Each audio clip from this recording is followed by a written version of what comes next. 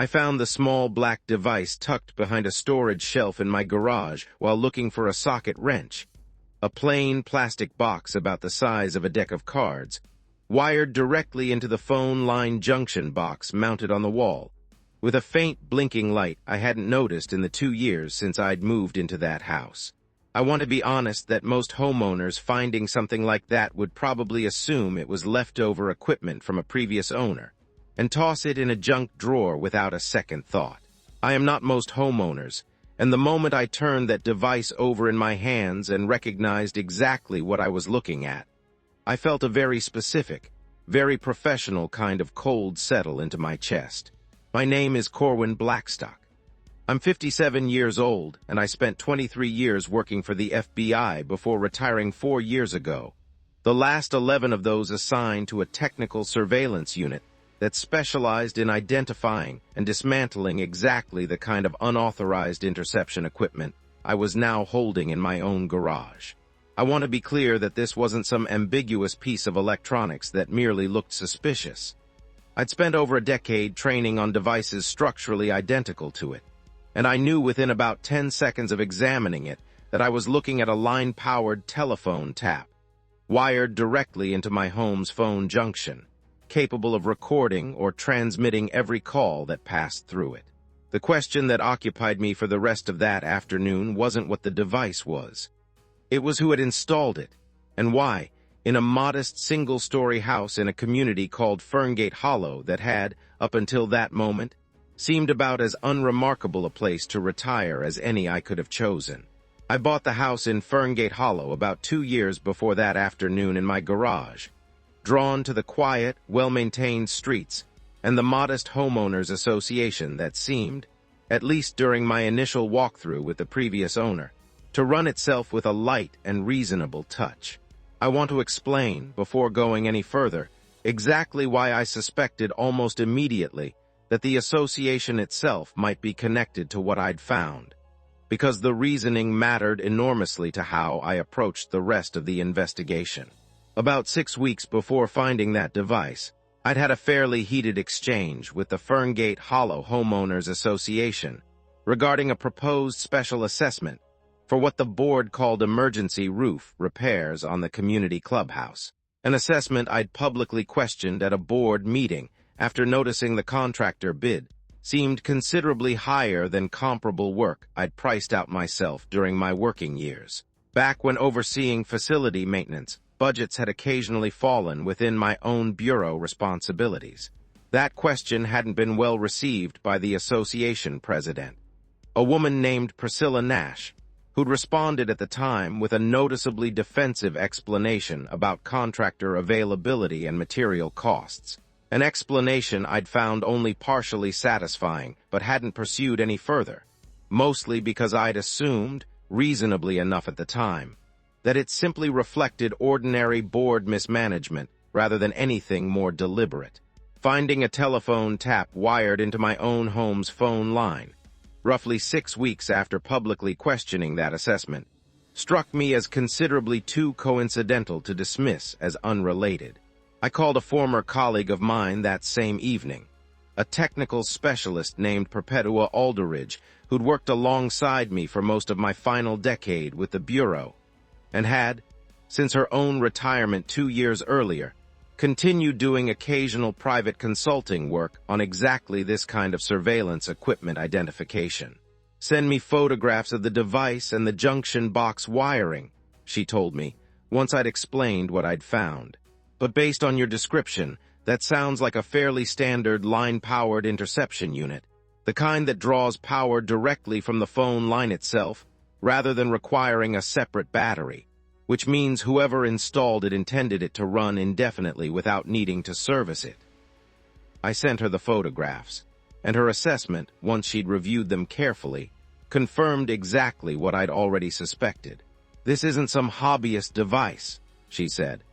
"This is commercial-grade interception equipment, the kind that typically requires either specialized purchasing channels or a working relationship with a private investigation firm that deals in this kind of hardware regularly. Whoever installed this either has considerable technical sophistication themselves or hired someone who does." I want to describe what I did next, because it reflected the same careful, methodical approach 23 years of federal investigative work had drilled into me thoroughly enough that it simply became instinct by that point in my career. I didn't immediately remove the device or confront anyone. Instead, I photographed everything exactly as I'd found it, documented the exact wiring configuration, and left the device in place temporarily while I considered the most effective way to trace its origin without tipping off whoever had installed it that I'd discovered it. I called a former unit colleague still active with the Bureau, a technical agent named Delphine Osai who I'd trained personally during her early years in the unit, and asked her, informally and outside any official capacity since this was, after all, a private matter involving my own home rather than any ongoing federal case, whether she could point me toward the proper channel for reporting unauthorized wiretap equipment discovered on private residential property. This absolutely needs to go through proper channels, Delphine told me, once I'd described the device.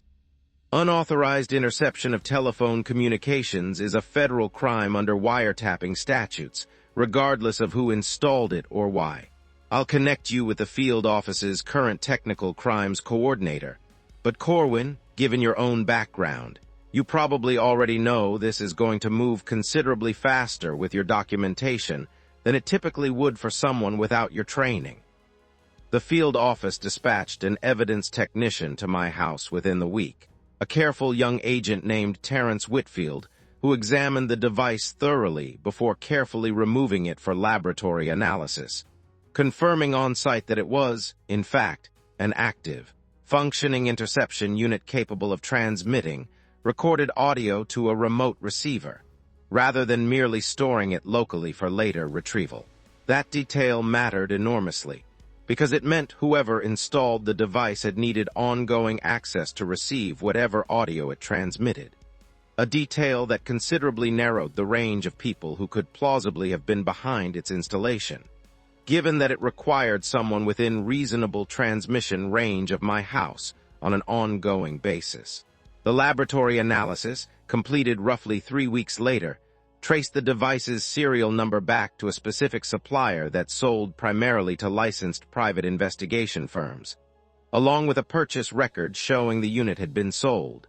roughly 4 months earlier, to a small investigation firm called Meridian Surveillance Solutions, based about 20 miles from Ferngate Hollow. I want to explain what emerged once federal investigators formally subpoenaed Meridian's own client records, because the connection to my own homeowners association turned out to be considerably more direct than even I had suspected. Meridian's records showed a contract, signed roughly 5 months earlier, with the Ferngate Hollow Homeowners Association itself, authorizing what the contract vaguely described as community security monitoring services, a description that, based on the actual equipment installed, bore almost no resemblance to any legitimate security monitoring arrangement I'd ever encountered in my career. The contract had been signed by Priscilla Nash personally, and payment records showed the association's general fund had covered Meridian's invoices, routing the expense through a line item the board's own financial summaries described simply as professional services, a category vague enough that most residents, myself included until this entire situation unfolded, would never have thought to question it closely. I want to be fair and note that a formal federal investigation, once fully underway, revealed my own house wasn't the only one affected. Meridian's installation records showed similar devices had been placed in 3 other Ferngate Hollow properties, all belonging to residents who had, according to board meeting minutes federal investigators eventually obtained, previously raised questions or objections regarding association spending decisions, myself included, at some point over the preceding year. I want to describe a conversation I had with one of those 3 other residents, a retired schoolteacher named Genevieve Prosper, who lived on the far side of the community and had roughly 7 months earlier publicly questioned a separate landscaping contract at a community meeting, asking why the association had switched away from a long-time local vendor in favor of a considerably more expensive out-of-county company. Genevieve told me, once federal investigators had confirmed a device in her own home as well, that she'd noticed odd static on her phone line for months, but had simply assumed it reflected ordinary wear on old copper wiring, never once suspecting anything more deliberate. "I actually complained to Priscilla about the static," Genevieve said, sitting across from me at my kitchen table a few days after the federal notification. "She told me she'd look into getting the phone company out to check the lines. I believed her completely. It never once occurred to me that the noise on my own phone might be coming from something she'd had installed herself." That detail stayed with me longer than almost anything else in this entire situation, because it illustrated exactly how effectively an authority figure's calm, confident reassurance can paper over something considerably more serious sitting in plain sight. The same way Priscilla's explanation about the inflated roof assessment had initially satisfied me well enough that I hadn't pursued the matter further at the time either. I want to describe the moment the full scope of this became clear to me, because it landed with a particular weight given my own professional background.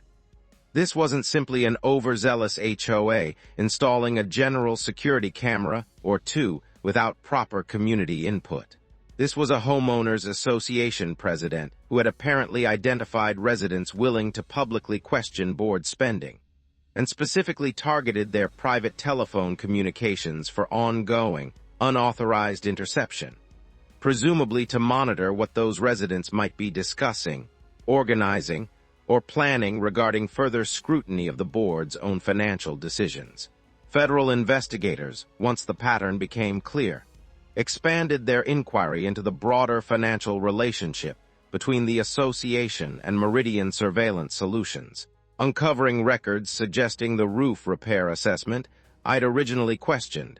the same one that had prompted my initial exchange with Priscilla, had been inflated considerably beyond the actual contractor cost, with the difference apparently rooted through a series of transactions investigators were still tracing by the time formal charges were eventually filed, back toward payments benefiting Priscilla and her husband personally. The Ferngate Hollow board held an emergency session once the federal investigation became public knowledge throughout the community, and I attended, alongside the 3 other residents whose homes had also been found to contain interception equipment,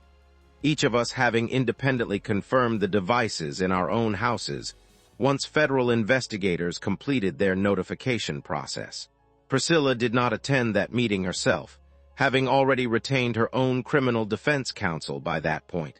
but a board member named Winifred Aldis, who'd served alongside her for over a year and had, by her own account, never once suspected anything beyond ordinary board business occurring behind the scenes, asked the question that seemed to capture the entire room's disbelief. "How long," she asked, to nobody in particular, "has this actually been happening, and how many of us were being listened to without ever knowing it?"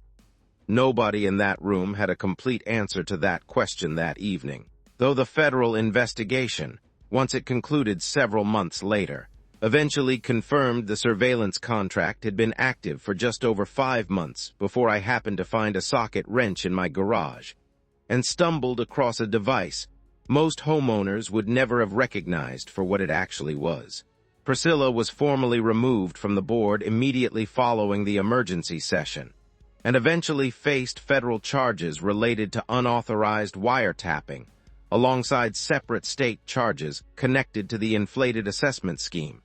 charges that were still working their way through the court system by the time I finished putting this account together. The association, under new interim leadership, terminated its relationship with Meridian Surveillance Solutions entirely and commissioned a full, independent financial audit covering every contract and expenditure over the preceding 3 years, a process considerably more thorough than anything Ferngate Hollow had ever undertaken before this entire situation came to light. I still live in that same house, and I'll admit I check that junction box in my garage rather more often than any reasonable homeowner probably should, a habit 23 years in federal investigative work apparently never quite lets go of, even 4 years into retirement. I found, since all of this settled, A renewed and rather personal appreciation for exactly how much genuine harm can hide behind something as mundane and forgettable as a homeowners association board meeting, and exactly how useful it turns out to be, entirely by accident. When the person whose garage you happen to wire a tap into spent over 2 decades learning to recognize precisely that kind of device on site. If this story hit home for you, do me a favor and hit that like button. It genuinely helps this channel keep growing. And if you haven't already, go ahead and subscribe so you don't miss the next one, because there are plenty more stories just like this one still to come. Drop a comment down below and let me know what you thought of this one, or whether you've ever found something in your own home that turned out to be a lot more serious than it first appeared. I read every single comment, and honestly, some of the best stories on this channel started as a comment somebody left on a video just like this.